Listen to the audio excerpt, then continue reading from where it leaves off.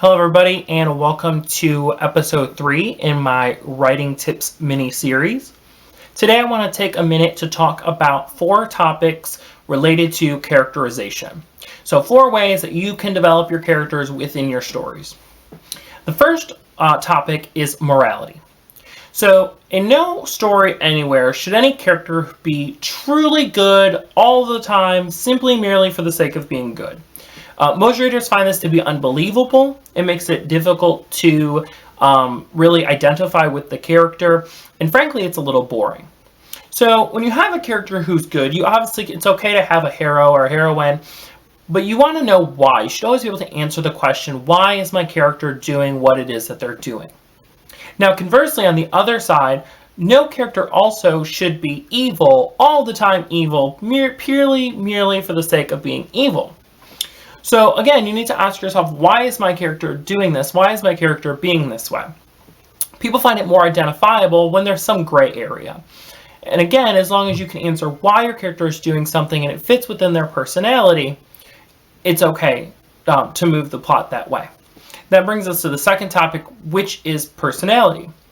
A really good tip that works out well is any character that you have in the story, particularly important or main characters, come up with 3 main points about their personality when you first start writing about them.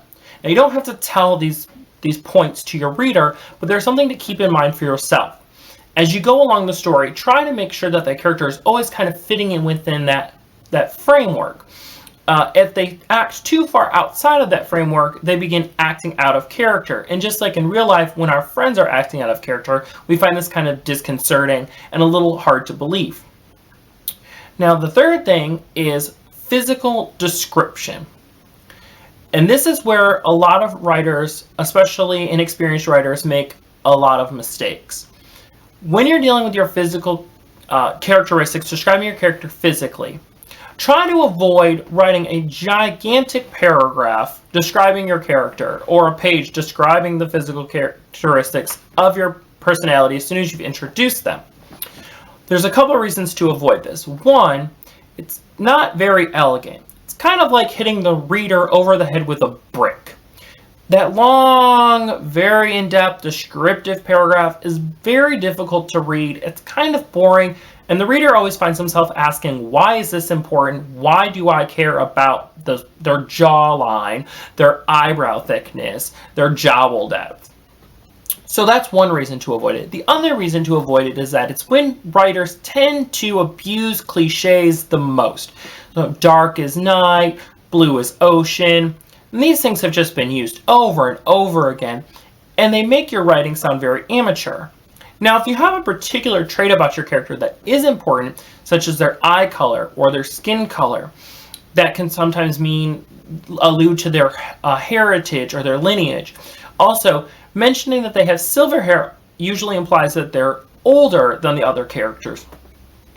These things are okay. Try to weave your physical descriptions into your story as you go along, as opposed to just presenting them all in a straight block paragraph as soon as you've introduced the character for the first time.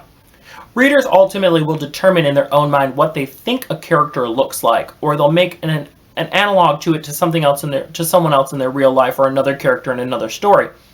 So ultimately, they're going to come up with their own description in their mind of kind of what they think this person looks like. So it really doesn't benefit you in any way to try to make sure that they imagine the character exactly as you do. So stick to the important parts and let the reader come up with the rest in their own mind. And lastly, speech. Speech is a really helpful way when it comes to giving your reader an idea about who your character is and their personality. So speech is not only how that character interacts with other characters within the world. Speech has 2 main components to it. The first is the dialogue, so the actual word choice.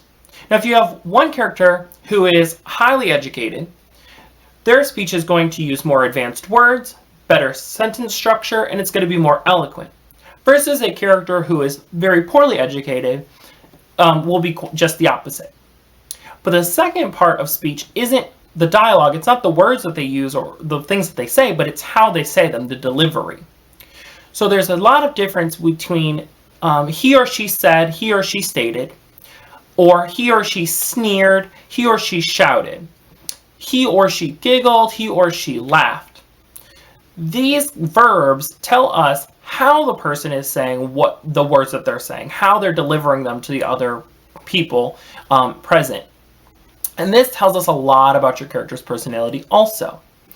So again, when dealing with characters, the four main things to think about are their morality, their personality, their physical description, and then their speech. I hope this helps, and as always, keep writing.